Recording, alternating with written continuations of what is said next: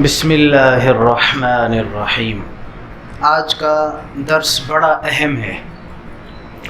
اہم اس لحاظ سے ہے، چند ایک ایسی نکات آج آپ کے سامنے آئیں گی انشاءاللہ تاریخ کی، جس سے آپ کو اس بات کا اندازہ ہوگا کہ وہ لشکر جو مکہ سے نکلا، سیدنا اما جان عائشہ، سیدنا زبیر، سیدنا طلحہ رضوان اللہ تعالی علیہ مجمعین کی قیادت بصرہ آیا۔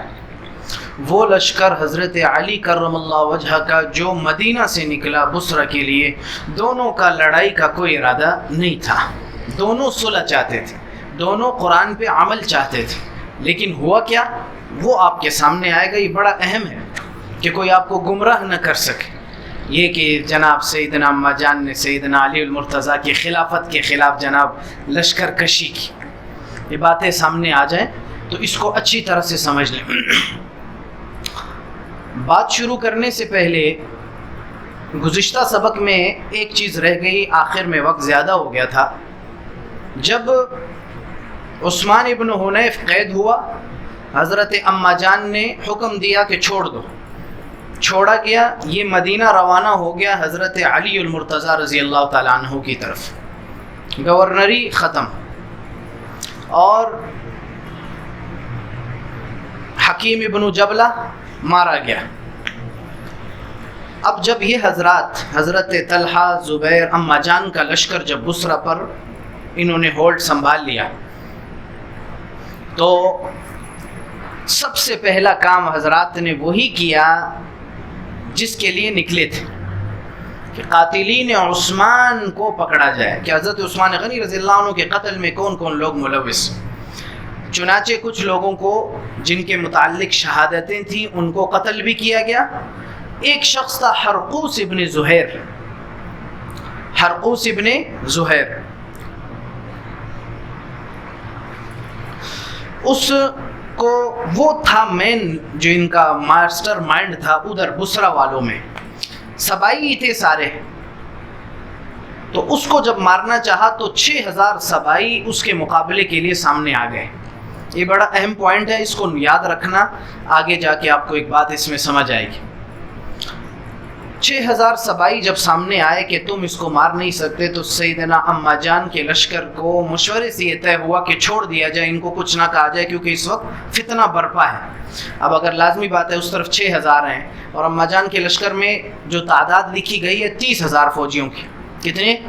30000، اور ان کے لشکر میں 6000 آ گئے لوگ سامنے، تو اگر لڑائی ہوتی، اگرچہ وہ مارے جاتے، لیکن ادھر بھی تو کچھ نقصان ہوتا کہ نہیں ہوتا۔ پھر ادھر یہ بھی کنفرم نہیں تھا کہ اس طرف سے جو لڑنے والے ہیں وہ سارے سبائی ہیں یا کچھ ان میں بیچارے استعمال ہو رہے ہیں، مسلمان ہیں، تو مسلمان کو مارتا، لہٰذا مصلحتاً چھوڑ دیا گیا۔ حرقوس بن زہیر ان کے ہاتھ سے نکل گیا۔ اب بات آگے چلتے ہیں، یہ کل کے سبق کے ساتھ منسلک تھا، اس پوائنٹ کو ذہن میں رکھیے گا۔ ربیع الثانی کے آخر میں سن 36 ہجری میں حضرت سیدنا علی المرتضیٰ رضی اللہ تعالی عنہ لشکر لے کر مدینہ سے روانہ ہوئے بصرہ کی طرف۔ سب سے پہلا قیام کیا ربضہ میں، ایک مقام ہے، یہاں اما جان نے بھی قیام کیا تھا، یہاں قیام کیا، خطوط لکھے پورے علاقوں کی طرف کے فوجیں بھیجو، کیونکہ ہر ایک کی طرف حضرت نے اپنے گورنر بھیجے ہوئے تھے، حضرت عثمان کے گورنر معزول تھے، تو اپنے گورنروں کی طرف بات بھیجی کہ فوجیں بھیجو۔ بڑا معاملہ تھا 3 جگہوں کا، مصر، بصرہ، کوفہ، مکہ۔ مکہ سے تو یہ حضرات آ گئے تھے، بصرہ پر اما جان کا غلبہ ہو چکا تھا، رہ گیا پیچھے کوفہ اور مصر۔ مصر سے سبائی آ چکے تھے، آلریڈی 10,000 لوگ آئے ہوئے تھے۔ کوفہ کا معاملہ تھا، کیونکہ ابو موسیٰ اشعری رضی اللہ عنہ نے وہ بات آپ کو یاد ہوگی، خط لکھا تھا کہ میں نے سب سے آپ کے لیے بیعت لے لی ہے، راستہ ہموار ہے۔ حضرت کو زیادہ امید کوفہ سے تھی کہ زیادہ فوج کوفہ سے آئے گی، چنانچہ سب سے پہلے محمد ابن ابو بکر رضی اللہ عنہ کے بیٹے محمد، جس نے حضرت عثمان غنی رضی اللہ عنہ کو داڑھی سے پکڑ کر یوں کھینچا تھا، وہ میں نے بتایا، اور محمد ابن جعفر جعفر رضی اللہ عنہ کے بیٹے محمد، ان دونوں کو روانہ کیا کہ جا کے کوفہ کے گورنر ابو موسیٰ اشعری سے کہو رضی اللہ عنہ، اور لوگوں کو تیار کرو کہ فوج آئے، ہم آ رہے ہیں بصرہ کی طرف، تم کوفہ سے آؤ۔ یہاں ایک پوائنٹ ہے، حضرت سیدنا علی المرتضیٰ کو لازمی یہ پتہ چل گیا ہوگا، جیسے کہ نائلہ حضرت عثمان غنی رضی اللہ تعالیٰ عنہ کی اہلیہ نے بھی بتایا تھا کہ محمد ابن ابی بکر نے قتل نہیں کیا لیکن اس نے زیادتی کی۔ یہ بات حضرت علی کے علم میں تھی، پھر بھی حضرت علی نے ان کو پروٹوکول دیا۔ کیوں بھیجا ان کو؟ دور کر دیتے، ناراض ہوتے کہ تم نے عثمان کے ساتھ کیا کیا۔ بھائی یہ بات سمجھ رہے ہیں آپ کے بڑوں کے ساتھ کوئی ایسا کرے، چھوٹا محمد ابن ابی بکر بچے تھے ابھی، کوئی بچہ آپ کے خاندان میں بڑوں کے ساتھ ایسا کرے، آپ کے علم میں آئے تو آپ اس بچے سے ناراض نہیں ہوتے؟ سیدنا علی کیوں ناراض نہیں ہوئے محمد ابن ابی بکر سے؟ کتاب نے لکھا، تاریخوں نے لکھا ہے، حقیقت اللہ کو معلوم ہے، لیکن یہ پوائنٹ ہے، سیدنا علی المرتضیٰ نے محمد ابن ابی بکر کو کیوں بھیجا؟ محمد ابن ابی بکر کو کہتے کہ تم نے سیدنا عثمان رضی اللہ تعالی عنہ کے ساتھ اچھا سلوک نہیں کیا، چنانچہ میں تمہارے ساتھ اس معاملے میں خیر کا امیدوار نہیں۔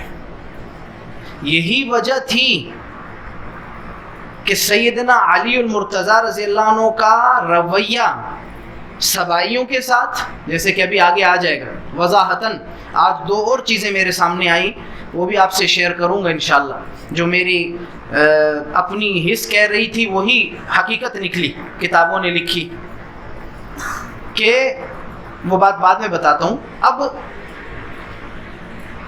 یہی چیز اماں جان کو مکہ سے لے کر آئی بصرہ، طلحہ اور زبیر کو اسی چیز نے پریشان کیا کہ ان حضرات کو یہ خدشہ تھا کہ آپ رضی اللہ تعالیٰ عنہ سیدنا علی المرتضیٰ رضی اللہ عنہ کا سبائیوں کے ساتھ رویہ ایسا ہے جیسے اپنوں کا ہوتا ہے، جبکہ علم میں تھا کہ عثمان کے قاتل یہی ہیں، رویہ چینج نہیں تھا، اور ان کے لشکر میں یہ سبائی شامل تھے، جیسے ابھی آگے آ رہا ہے، ابھی آگے آ رہی ہے یہ بات، سبائی شامل تھے۔ تو یہی اعتراض تھا سب کو کہ بھائی عثمان کا قصاص لینا ہے تو ان کو تو الگ کرنا پڑے گا، اور پھر یہ ابھی آگے آنے والا ہے، سیدنا علی المرتضیٰ نے کیا رضی اللہ تعالیٰ عنہ۔ جب ان کو اس چیز کا احساس ہوا کہ اسی بات کی وجہ سے مسلمان آپس میں ہم لڑنے لگے، تو پھر سیدنا علی المرتضیٰ نے اعلان کیا، وہ ابھی آگے آ جائے گا۔ یہی بنیاد تھی اس لشکر کے نکلنے کی مکہ سے کہ بھئی حضرت عثمان کا قاتلوں کو الگ کرو اور مدینہ منورہ کو بلوائیوں سے آزاد کرو، جنہوں نے اس کو یرغمال بنایا۔ اب سیدنا علی المرتضیٰ کا ان تمام لوگوں کے ساتھ، مالک ابن اشتر کے ساتھ، محمد ابن ابی بکر کے ساتھ، سبائیوں کے ساتھ ایسا رویہ تھا جیسے اپنوں کا ہوتا ہے، جبکہ قاتل وہی تھے، زیادتیاں انہوں نے کی، اور پتہ تھا ان کو کہ یہ سبائی ہیں، ان کے لشکر میں بھی وہی لوگ تھے، جس کا مشورہ مغیرہ ابن شعبہ اور عبداللہ ابن عباس نے حضرت علی کو دیا تھا کہ ان کو اپنے سے الگ کر لیں۔ یہی وجہ بنی تھی اختلاف کی، ورنہ اختلاف کوئی نہیں تھا صاحب، ایک ہی بات تھی، بھئی عثمان کے قاتلوں کا بدلہ لو، بات ختم، جیسے ابھی آگے آ جائے۔ تو ربضہ میں قیام کیا۔ اب جب حضرت علی المرتضیٰ رضی اللہ تعالیٰ عنہ نکلے، ربضہ پہنچے، تو عبداللہ ابن سلام رضی اللہ تعالیٰ عنہ آ گئے۔ یہ بڑے صحابہ میں یہودی تھے، پھر مسلمان ہوئے، بہت بڑے عالم تھے، تورات اور انجیل کے بھی عالم تھے، قرآن کے بھی عالم۔ حضرت سیدنا علی المرتضیٰ رضی اللہ تعالیٰ عنہ کے گھوڑے کی لگام کو پکڑ لیا اور کہا ہے امیر المومنین آپ کہاں جاتے ہیں؟ کہا کہ بصرہ جا رہا ہوں۔ واقعہ تو علم میں تھا، لیکن صحابہ کی اپنی حکمتیں ہوتی، یہ نہیں کہا کہ وہ طلحہ اور زبیر اور علی آپس میں لڑیں گے، اماں جان عائشہ صدیقہ اور علی لڑیں گے، یہ نہیں کہا۔ کہا کہ اگر آپ یہاں سے چلے جائیں گے تو پھر اس جگہ پر کوئی امیر باقی نہیں رہے گا، مدینہ سے اگر آپ یعنی روکنا چاہتے تھے۔ صحابہ تو سارے صلح کرانے والے تھے، منصف۔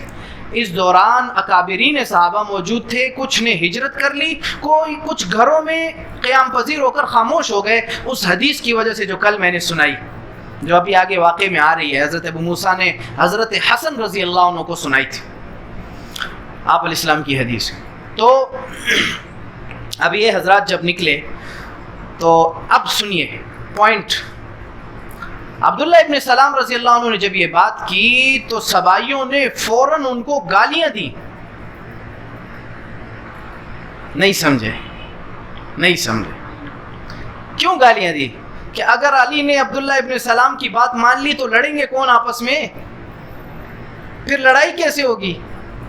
گالیاں دے کر ان کو مارنا چاہا، حضرت علی نے روکا، لیکن سبائیوں کو کچھ نہیں کہا کہ تم نے کیوں گالیاں دی عبداللہ ابن سلام کو، اس نے کیا کیا ہے؟ حضرت طلحہ اور زبیر نے تو چلو فوج لے کر آئے ہیں، انہوں نے کیا کیا؟ یہ تو کہہ رہے ہیں کہ امیر کوئی نہیں رہے گا، انہوں نے تو کچھ بھی، کیوں گالی؟ حضرت ابو علی رضی اللہ عنہ نے کوئی بات نہیں کی.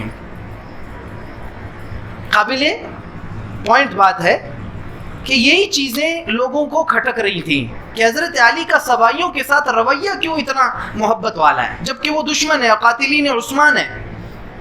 کچھ بھی نہیں کہا ان کو. چنانچہ عبداللہ ابن سلام کے بارے میں صرف ایک جملہ کہا کہ اللہ کے رسول صلی اللہ علیہ وسلم کے صحابہ میں بہترین آدمی ہے، ان کو کچھ نہ کہو. وہ ہٹ گئے پیچھے، روانہ ہوئے. حضرت سیدنا علی المرتضیٰ رضی اللہ عنہ روانہ ہوئے. اب ربضہ سے جو خطوط بھیجے تو سب سے پہلے ابو موسیٰ اشعری رضی اللہ عنہ کی طرف محمد ابن ابی بکر اور محمد ابن جعفر کو بھیجا. یہ حضرات جب کوفہ پہنچے تو انہوں نے ابو موسیٰ اشعری رضی اللہ تعالیٰ عنہ سے اور لوگوں سے مطالبہ کیا کہ فوجیں دو. کوئی تیار نہیں ہوا. انہوں نے کہا سوال پیدا نہیں ہوتا کہ ہم ادھر صحابہ، یہاں صحابہ اور صحابہ آپس میں لڑے اور ہم ایک کسی کا فریق بن جائیں، یہ نہیں ہو سکتا.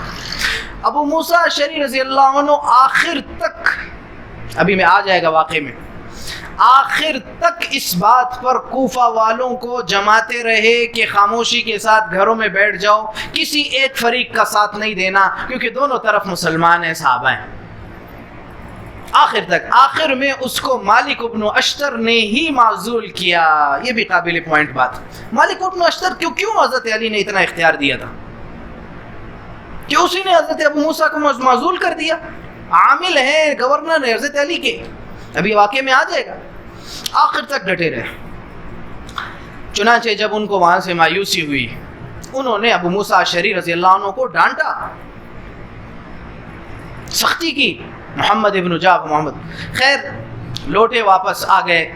آپ رضی اللہ تعالیٰ عنہ، حضرت علی المرتضیٰ رضی اللہ تعالیٰ عنہ لشکر کو لے کر مقام فید تک پہنچ چکے تھے. مقام فید تک یہ آئے.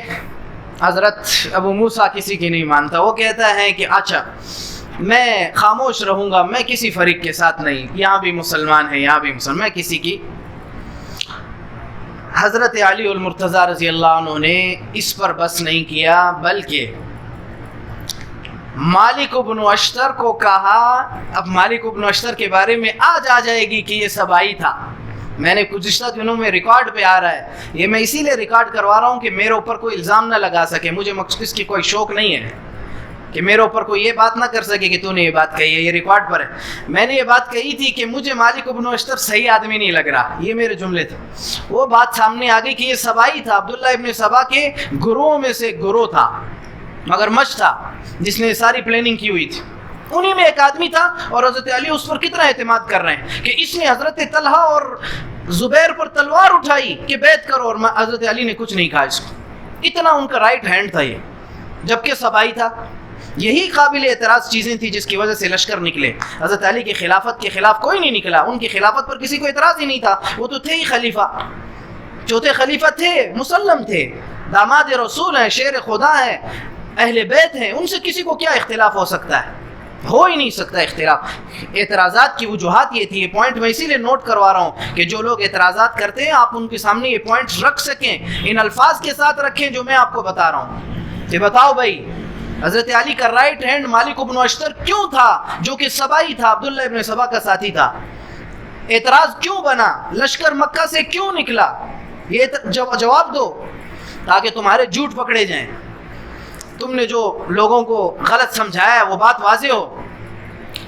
تو یہ بات یہ پوائنٹس اپنے ذہن میں رکھیں. اب یہ مالک ابن اشتر کو کہا کہ تم عبداللہ ابن عباس کو لے کر چلے جاؤ اور جا کر ابو موسیٰ کو مجبور کرو کہ وہ فوج بھیجے.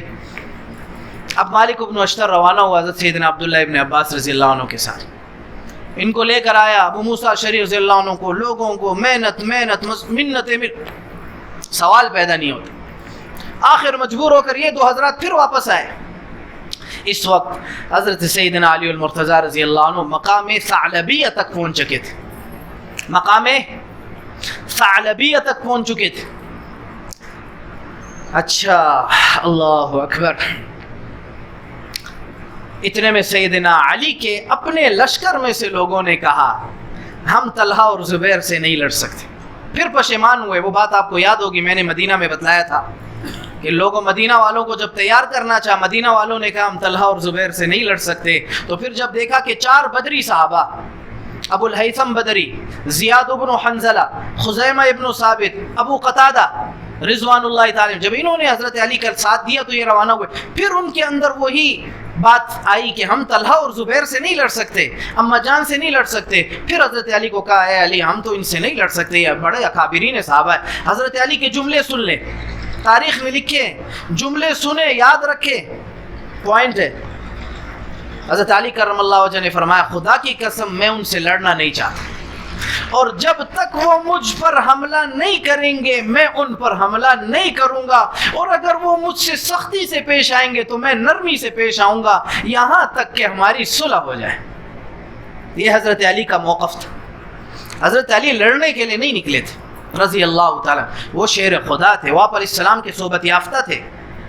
یہ خراب کیا ہوا تھا یہ ان سبائیوں نے ان کو، جیسے اب مالک بن اشتر ان کا رائٹ ہینڈ تھا، کیا کیا کام کروا رہا۔ اب آگے آپ دیکھیں گے، آپ سنیں گے، حیران ہو جائیں گے۔ خیر، مقام ثعلبیہ تک پہنچے تھے کہ مالک بن اشتر اور عبداللہ ابن عباس بھی واپس آ گئے کہ ابو موسیٰ نہیں مانتے، نہ لوگ مانتے، کہ ہم خاموشی سے بیٹھے ہیں، نہ ہاں نہ نہ، نہ ادھر نہ ادھر، دونوں طرف مسلمان ہیں۔ کیوں؟ اب وہ حدیث آگے آنے، آپ رضی اللہ تعالی عنہ نے اپنے بیٹے امام حسن رضی اللہ عنہ کو اور سیدنا عمار بن یاسر رضی اللہ تعالی عنہ کو بھیجا کہ جاؤ تم اس کو سمجھاؤ۔ اب جب یہ وہاں پہنچے کوفہ کی مسجد میں تو سنیے آپ توجہ، اہل بیت کا کتنا احترام تھا صحابہ کے دلوں میں، اہل بیت کا۔ گورنر کوفہ ابو موسیٰ اشعری رضی اللہ عنہ کو پتہ چلا کہ امام حسن آئے ہیں۔ کون آئے؟ نواسہ رسول آئے ہیں۔ فوراً گھر سے نکلے اور مسجد آئے، استقبال کیا، سلام کیا۔ ابھی آگے سن، عمار بن یاسر نے کہا یہ بات ہے، ہم اصلاح چاہتے ہیں، یہ لوگ طلحہ اور زبیر نے بیعت کیا، غلط گائیڈ کیا۔ عمار بن یاسر رضی اللہ عنہ نے غلط گائیڈ کیا، جیسے آپ کے سارے علم میں کہ طلحہ اور زبیر نے پہلے بیعت کی اور پھر بیعت کو توڑ دیا۔ کیا ایسا ہے؟ ان کی بیعت تو شرط پر تھی، شرط پوری نہیں ہوئی تو بیعت منسوخ، جیسے میں بتا چکا ہوں۔ اور یہ بات انہوں نے 2 مرتبہ کی تھی، 1 مرتبہ نہیں۔ اور دوسری بات انہوں نے کہی کہ ہم سے تو بیعت لی تلوار کے زور پر لی گئی ہے، گن پوائنٹ پہ لی گئی ہے، ہم نے تو اپنی خوشی سے بیعت کی ہی نہیں ہے۔ آپ کے علم میں ہے ساری بات۔ اب یہ انہوں نے ان کو غلط گائیڈ کی۔ ابو موسیٰ اشعری نے کہا خاموش، میں نہیں بھیج سکتا فوجی۔ اتنے میں امام حسن بولے رضی اللہ تعالیٰ کہ میرے والد محترم صلح چاہتے ہیں، کوئی لڑائی نہیں چاہتے۔ تو اس کے بعد ابو موسیٰ اشعری کے جملے سنے رضی اللہ تعالیٰ عنہ۔ جملہ اس بات کے ساتھ، اس موقع کے ساتھ موزون تھا، اس لیے میں یہاں ذکر کر رہا ہوں۔ حضرت نے فرمایا میرے بیٹے، میرے ماں باپ آپ پر قربان ہو، آپ نواسہ رسول ہیں، آپ کی بہت بڑی قدر ہے ہمارے دلوں میں، لیکن کیا امام الانبیاء آپ کے نانا جان نے یہ بات نہیں کی کہ فتنے برپا ہوں گے اور تاریک فتنے ہوں گے اور تسبیح کے ٹوٹنے کے دانوں کی طرح ہوں گے، ایسے پے در پہ آئیں گے، اس وقت بیٹھا ہوا کھڑے ہونے والے سے بہتر ہوگا، کھڑا ہونے والا پیدل چلنے والے سے بہتر ہوگا، پیدل چلنے والا سواری پہ سوار ہونے والے سے بہتر ہوگا۔ کیا آپ کے نانا جان نے یہ نہیں فرمایا؟ حضرت حسن نے قبول کیا، بالکل فرمایا۔ لیکن حضرت حسن نے اپنی بات پھر کی کہ نہیں، آپ ہمارے ساتھ فوجیں بھیجیں۔ کیا بھیجیں؟ فوجیں بھیجیں۔ اب یہاں حضرت ابو موسیٰ اشعری رضی اللہ عنہ نے آخری فیصلہ اپنا سنا دیا، میں فوجیں نہیں بھیج سکتا۔ سارے کوفہ والوں کو کہا اپنے گھروں میں رہو، نہ یہاں نہ یہاں، دونوں طرف مسلمان ہیں۔ سب کو یہی ترغیب دیتے رہے، کہا جی آپ میرے لیے قابل احترام ہیں، آپ نواسہ رسول ہیں، آپ اہل بیت، لیکن آپ کے نانا جان نے یہ بات فرمائی ہے، ہم فتنے کا حصہ نہیں بن سکتے، ہم فتنے کا حصہ نہیں بنتے۔ یہ دونوں طرف مسلمان ہیں، ہم کیسے فتنے کا حصہ؟ صلح کی کوشش کریں گے۔ لیکن ایک بات ابو موسیٰ اشعری رضی اللہ عنہ نے کہی، عمار بن یاسر نے غصہ کیا پھر حضرت ابو موسیٰ اشعری کو. تو حضرت ابو موسیٰ اشعری رضی اللہ عنہ نے فرمایا عثمان کی بیعت جو میں نے اور علی نے دونوں نے عثمان کے ہاتھ پر کی تھی وہ حضرت علی کی گردن میں ہے. یہ جملہ کہا ابو موسیٰ اشعری رضی اللہ عنہ نے. کیا کہا؟ وہ بیعت حضرت عثمان غنی رضی اللہ عنہ کے ہاتھ پر بیعت کی تھی صحابہ نے کہ نہیں؟ خلیفہ بنے تھے. وہ بیعت جو حضرت علی نے بھی کی, حضرت ابو موسیٰ اشعری فرمایا وہ بیعت جو میں نے اور علی نے عثمان رضی اللہ عنہ کے ہاتھ پر کی تھی وہ حضرت علی کے گلے میں, گردن میں, یعنی ان کو شہید کر دیا گیا ہے. ان کے قاتلین کا بدلہ لینا ان کا ذمہ ہے. یعنی اپنی رائے کا اظہار کر دیا, شرکت نہ کرنے کا کہا, فتنے میں نہیں پڑوں گا, لیکن رائے کا اظہار کیا کہ حضرت علی کو چاہیے عثمان کے قاتلین کا بدلہ لے. رائے کا اظہار کر دیا کہ یہ ان کی گردن میں, یہ ان کی ذمہ ہے. اور پھر فرمایا کہ لوگوں کو چاہیے کہ عثمان کے قاتلین کے سے ان کا بدلہ لیں. بس یہ جملے کہے اور پیچھے ہٹ گئے. اس کے بعد اماں جان نے خط لکھا بصرہ سے. اماں جان عائشہ صدیقہ رضی اللہ تعالیٰ عنہ نے کوفہ والوں کی طرف کہ سنو ہمارا مدعا یہ ہے کہ ہم عثمان کے قاتلین کا بدلہ لینے کے لیے نکلے ہیں. ہمیں یہ بات پہنچی ہے کہ حضرت, اب توجہ پوائنٹ, کہ حضرت علی المرتضیٰ رضی اللہ تعالیٰ عنہ وہ حضرت عثمان کے قاتلین کا بدلہ نہیں لینا چاہتے, بلکہ جو عثمان کے قاتل ہیں وہ ان کے لشکر میں ہیں. یہ بات ہے, اس بات کی دلیل ہے کہ وہ عثمان کا بدلہ نہیں لینا چاہتے, ورنہ وہ ان کو اپنے لشکر سے نکال دیتے. یہ وہی بات ہے, یہی بنیاد بنی تھی جو حضرت مغیرہ ابن شعبہ نے کہا, عبداللہ ابن عباس نے کہا کہ اے علی ان لوگوں کو اپنے لشکر میں شامل نہ کریں, لوگ آپ سے بدگمان ہو جائیں گے. یاد ہے خلافت کے دوسرے دن کہا تھا. حضرت علی نے کہا نہیں, یہی انتشار کا باعث بنی, یہی فتنے کا باعث بنی. اب یہ بات لکھ کر اور پھر کہا, اماں جان نے خط میں لکھا کہ اگر تم نے, پہلی تو بات یہ ہے کسی جماعت کا ساتھ نہ دو, اور اگر تو عثمان کے قاتلین کے بدلہ لینے کے لیے کوشش کرو. بس یہ خط جب پہنچا تو ایک شخص تھا, اس نے کوفہ کی مسجد میں اماں جان کا یہ خط پڑھ کے سنایا لوگوں کو. جب لوگوں کو سنایا تو سب کے سب نے اس بات پر تیار ہو گئے کہ ہم اماں جان کا ساتھ دیں گے. کس کا ساتھ دیں گے؟ اماں جان عائشہ صدیقہ رضی اللہ عنہ. یہاں سے حضرت علی رضی اللہ عنہ, اب پھر توجہ, حضرت حسن اور حضرت عمار بن یاسر وہاں کام کر رہے ہیں کوفہ میں. حضرت علی نے پھر مالک بن اشتر کو پیچھے سے بھیجا. یہ مالک بن اشتر کو اتنا پروٹوکول کیوں دیا حضرت علی نے جب وہ سبائی تھا؟ پھر اس کو پیچھے سے بھیجا کہ جا کے یہ کام کرو. وہ روانہ ہوا. اماں جان کا خط جب پڑھ کے کوفہ کی مسجد میں سنایا گیا, سب کے سب تیار ہو گئے کہ ہم اماں جان کا ساتھ دیں گے. اتنے میں ایک شخص جو سنانے والا تھا اس نے کہا ہے لوگوں حضرت علی کا ساتھ دو. اتنے میں حضرت حسن کھڑے ہوئے, حضرت عمار بن یاسر, ہر ایک نے اپنی اپنی بات کی. اللہ کی شان, اسی موقع پر لوگوں کا ذہن بدلا. جو باتیں ہوئیں وہ کتابوں میں ڈھیر لکھی ہوئی ہیں, وہ باتیں ذکر کرنے کی ضرورت نہیں ہے, ہمیں موضوع کو برقرار رکھنا چاہیے.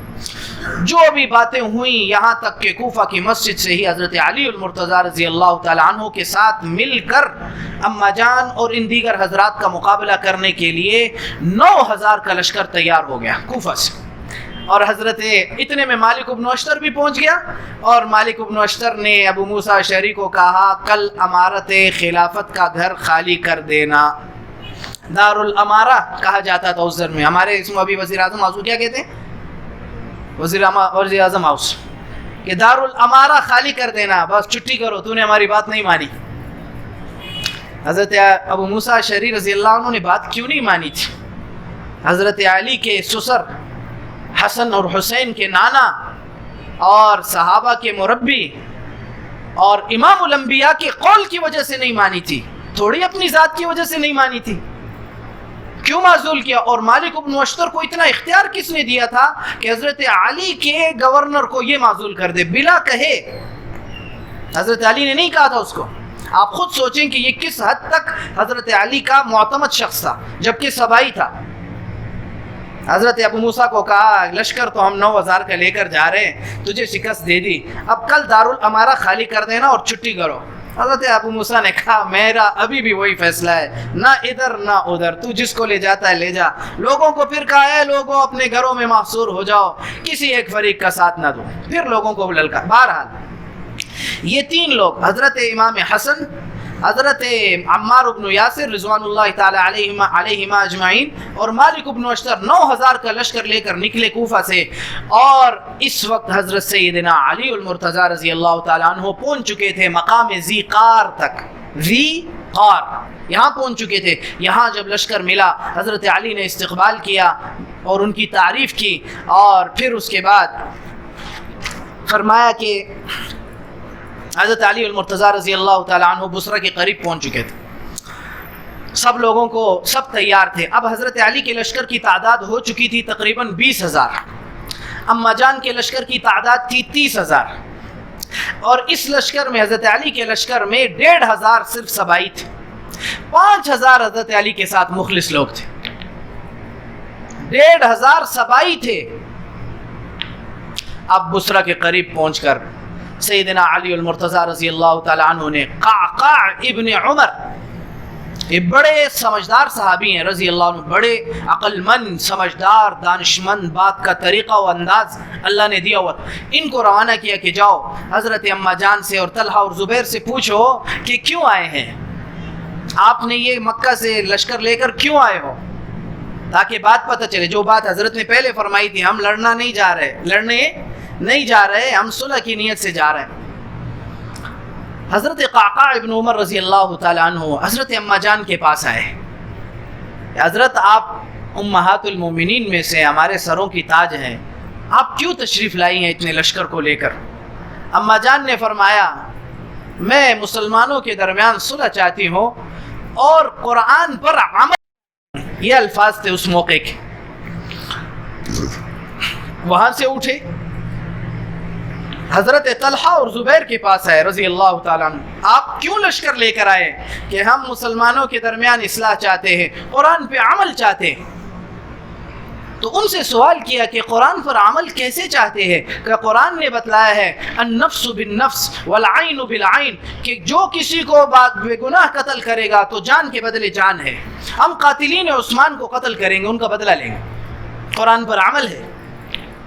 سبحان اللہ۔ اب ذرا توجہ، حضرت قعقاع رضی اللہ عنہ بڑے سمجھدار تھے، فرمایا بالکل آپ حضرات بالکل درست ارادے سے آئے ہیں، لیکن یہ بتلائیں کیا قرآن پر عمل ایسے ہوتا ہے جیسے آپ کر رہے؟ طریقہ جو اس کا اپنایا ہے آپ نے، طریقے کے متعلق کہا، یہ ان کی بات درست تھی۔ اب ذرا ان کا خطبہ سنیں۔ حضرت نے فرمایا قعقاع ابن عمر رضی اللہ عنہ نے کہ قرآن پر عمل ایسے ہو سکتا ہے جیسے آپ حضرات کر رہے ہیں۔ کیوں؟ وجہ اس کی یہ ہے کہ خلافت پہلے مستحکم ہو حضرت علی کی۔ اب ان کے جملے یہ جملے بڑے توجہ سے سننے کے ہیں، کیونکہ یہ موقف جو قعقاع ابن عمر پیش کر رہے ہیں یہی موقف حضرت علی کا تھا، گویا کہ اگر اس میں کوئی کمی بیشی ہوگی تو حضرت علی پر الزام آئے گا، لہٰذا اس کو بہت توجہ سے سننے کی ضرورت ہے۔ قعقاع ابن عمر نے کہا کہ عمل کا یہ طریقہ ہے، پہلے آپ خلافت علی کو تو مستحکم ہونے دیں کہ وہ مضبوط ہوگی، جب بادشاہت تو پھر قاتلین عثمان پر ہاتھ ڈالا جا سکتا ہے۔ پھر فرمایا کہ آپ حضرات جو چاہ رہے ہیں کہ فوری طور پہ قاتلین عثمان کا بدلہ لیا جائے، یہ ممکن نہیں ہے، خلافت مستحکم نہیں ہے، حالات سازگار نہیں ہیں۔ اور پھر کہا کہ آپ حضرات کو جو یہ اعتراض ہے کہ یہ سبائی حضرت علی کے ساتھ کیوں ہے، یہ مجبوری ہے ان کی، اس وقت ان کو جدا نہیں کر سکتے۔ پھر حضرت قعقاع نے مثال دی، کہا جب آپ بصرہ پر آئے تو آپ نے کتنے لوگوں کو قتل کیا، اور حرقوس ابن زہیر کے پیچھے جب آپ گئے تو کتنے لوگ آپ کے سامنے آئے؟ 6,000۔ تو آپ نے ان کو کیوں نہیں مارا؟ مصلحتاً نہیں مارا، حکمتاً کہ فتنہ برپا ہو جائے گا۔ کہا اسی طرح حضرت علی ان 1,500 کو اسی لیے نہیں مار رہے کہ فتنہ برپا ہو جائے گا، خلافت مستحکم نہیں۔ پھر فرمایا کہ جیسے ہی خلافت مستحکم ہوگی حضرت علی قاتلین عثمان کا بدلہ لیں گے، پھر ان کو ماریں گے۔ اچھا، ان حضرات نے جب یہ بات سنی، اما جان نے بھی، ان دو حضرات نے بھی تو کہا، پوچھا، تائید کی، تصدیق کروائی کہ آپ جو بات کر رہے ہیں سیدنا علی المرتضیٰ کا یہی موقف ہے؟ انہوں نے کہا بالکل یہی موقف ہے جو میں کہہ رہا ہوں۔ کہا تو پھر تو اختلاف ہی ختم ہو گیا، ہم اور وہ تو ایک پیج پر ہیں، ہم بھی قاتلین عثمان کا بدلہ چاہتے ہیں، وہ بھی صرف تاخیر اور جلدی کی بات ہے تو وہ کوئی ایشو نہیں، ہم انتظار کریں گے۔ پھر فرمایا ان حضرات نے، ہم تو ان حالات سے کہ سبائی ان کے لشکر میں شامل ہیں، سبائی ان کے رائٹ ہینڈ ہیں، وہ انہی سے کام لے رہے ہیں، ان پر اعتماد کر رہے ہیں، جیسے ابھی واقعات سے میں نے پوائنٹ نوٹ کروا کے بدلا ہے۔ ہم یہ سمجھ رہے تھے کہ حضرت علی قاتلین عثمان کا بدلہ نہیں لینا چاہ رہے، اسی لیے تو سبائی ان کے لشکر میں ہیں۔ کہا نہیں، ایسی بات نہیں ہے، حالات سازگار نہیں ہے، خلافت مستحکم نہیں ہے، اس لیے ہم رکے ہوئے ہیں۔ کہا کوئی اختلاف نہیں، صلح ہے، بات ختم۔ قعقاع ابن عمر رضی اللہ عنہ وہاں سے اٹھ کر بتلائیے بھائی کون نکلا تھا حضرت علی کی خلافت کے خلاف؟ آپ سے جواب چاہیے، کل قیامت کے دن اللہ کے فرشتے گواہی دیں، کون؟ لے کر آئیں دلائل، تاریخ لے، کس میں لکھا ہے کہ حضرت اما جان ان کی خلافت کے خلاف نکلی تھی؟ یہ تھا واقعہ جو حقیقت ہے، جس کو ساری تاریخوں نے لکھا ہے، البدایہ والنہایہ نے لکھا ہے، اسی طرح سے معتمد تاریخوں نے لکھا ہے۔ کس تاریخ نے لکھا کہ اما جان صلح؟ قعقاع ابن عمر اٹھے، واپس مقام ذیقار میں حضرت علی کے پاس آنے لگے تو بصرہ سے چند اہل ثروت اور ان کے بڑے سردار بھی آئے کہ ہم آ کر حضرت علی کا مائنڈ بھی دیکھ لیں کہ آیا وہ بھی یہ چاہتے، تصدیق کے لیے نکلے۔ قعقاع ابن عمر رضی اللہ تعالیٰ عنہ یہاں پہنچے۔ اب سنیں، اس بات کو آگے چلانے سے پہلے عبداللہ ابن سبا اور اس کے شریر ساتھی جو حضرت علی کے ساتھ آئے ہوئے تھے، ان کے لشکر میں تھے، انہوں نے بصرہ میں اپنے لوگوں کو یہ بات پہنچا دی تھی، کس کے خلاف؟ حضرت علی کے خلاف۔ بصرہ والوں کو اب بھڑکا رہے تھے حضرت علی کے خلاف کہ جا کر یہ بات مشہور کر دو بصرہ میں کہ حضرت علی جو لشکر لے کر آ رہے ہیں وہ اس نیت سے آ رہے ہیں کہ تمہارے نوجوانوں کو قتل کریں گے، تمہارے عورتوں اور بچوں کو لونڈی اور غلام بنائیں گے۔ یہ بات ان کے لشکر کے لوگوں نے مشہور کی تھی اور حضرت علی کو پتہ بھی نہیں تھا، علم بھی نہیں تھا۔ جو ان کے لشکر میں 1500 سبائی تھے، انہوں نے، حضرت علی کو علم بھی نہیں تھا کہ میرے خلاف یہ باتیں ہو رہی ہیں۔ چنانچہ یہ جو بصرہ سے لوگ قعقاع ابن عمر کے ساتھ آئے، یہ اس بات کی تصدیق کے لیے آئے کہ کیا حضرت علی اس مقصد کے لیے اگر آئے ہیں تو ہم فوراً ان پر حملہ کریں گے۔ یہ لڑانا چاہتے تھے مسلمانوں کو آپس میں، حضرت علی کو پتہ بھی نہیں تھا کہ ہو کیا رہا ہے پیچھے سے۔ چنانچہ جب یہ لوگ آئے، سب سے پہلے کوفہ والے جو ایک 9000 کا لشکر آیا تھا، ان سے ملاقات ہوئی۔ حضرت امام حسن نے موقف رکھا، وہی موقف تھا جو قعقاع ابن عمر کا تھا، بیان کیا تھا انہوں۔ حضرت علی کو پتہ چلا، قعقاع ابن عمر آئے کہ انہوں نے تو یہ فرمایا، کہا بات ختم، صلح ہو گئی۔ حضرت علی خوش ہوئے، کتابوں نے لکھا ہنسے، خوش ہوئے اور اللہ کا شکر ادا کیا، الحمدللہ کہ ہم تو لڑائی چاہتے ہی نہیں، ہم لڑائی کے لیے آئے ہی نہیں ہیں۔ پھر اس بصرہ کے وفد کو اپنے پاس بلایا اور ان کو اکرام و اعزاز کے ساتھ اپنا موقف دیا کہ ہم لڑائی نہیں چاہتے، حالات سازگار نہیں ہیں، تم بتلاؤ میں کیسے عثمان کے قاتلین کا بدلہ لوں۔ اچھا، قعقاع ابن عمر نے یہاں ایک بات ڈال دی کہ دیکھیں آپ کے خلاف یہ آپ کے جو ہے نقصان اس بات سے ہو رہا ہے کہ یہ جو سبائی آپ کے لشکر میں شامل ہیں، ان کے آپ کے ساتھ ہونے کی وجہ سے لوگ یہ سمجھ رہے ہیں کہ آپ ان کے ساتھی ہیں یا یہ آپ کے ساتھی ہیں اور آپ قاتلین عثمان کا بدلہ نہیں لینا چاہتے، ان کو لشکر سے نکالیں۔ حضرت علی نے یہاں فیصلہ کیا کہ میں ان کو لشکر سے نکالوں گا، یہاں مقام ذیقار میں۔ یہ فیصلہ اگر وہ پہلے کر لیتے اسی موقع پر تو کوئی لشکر نکلتا، خلافت مستحکم بھی ہو جاتی، سب مسلمان ایک گوشہ ہوتے۔ بہرحال اللہ کی تقدیر ہے، یہ ہونے تھے، کیونکہ رسول اللہ صلی اللہ علیہ وسلم نے پیشن گوئیاں کی ہوئی تھیں، یہ ہونا تھا تقدیر میں۔ اب آگے سنیں، حضرت سیدنا علی المرتضیٰ رضی اللہ عنہ کو معاملے کی نزاکت کا احساس ہوا کہ واقعی ان کا ساتھ رکھنا میرے لیے نقصان دہ ہے۔ حضرت علی اصل میں چاہ رہے تھے کہ مجمع زیادہ ہوگا، افرادی قوت ہوگی، بہرحال ان کی اپنی حکمت ہے، وہ صحابی رسول ہیں، اہل بیت ہیں، ہم ان کے اوپر کوئی بات نہیں کر سکتے، ہماری منہ اور ہم اور کیا بولے ان کے خلاف، ہم تو نہیں بول سکتے، البتہ یہ ہے کہ یہ چیزیں کتابوں نے لکھی۔ حقیقت میرے رب کو معلوم ہے کہ حضرت علی رضی اللہ عنہ کے سامنے لازمی کچھ ہی تو ہوں گی، وہ بڑے صحابی ہیں، بڑے علم والے ہیں، ایک ان کا مرتبہ ہے۔ تو جب یہ بات ہوئی، اب حضرت علی المرتضیٰ رضی اللہ عنہ نے لشکر کو جمع کیا اور فرمایا مبارک ہو، ہماری صلح ہو گئی ہے اور ہم میں سے کوئی کسی کو کچھ نہیں کہنا چاہتا، البتہ یہ ہے کہ جو لوگ ہمارے ساتھ دیگر علاقوں سے آئے ہوئے ملے ہوئے ہیں، جو قاتلین عثمان یا جنہوں نے حضرت عثمان کے گھر کا محاصرہ کیا تھا اور مدینہ میں حلہ بولا تھا، وہ سارے ہمارے لشکر سے دور ہو جائیں۔ یہ اعلان کر دیا حضرت علی نے۔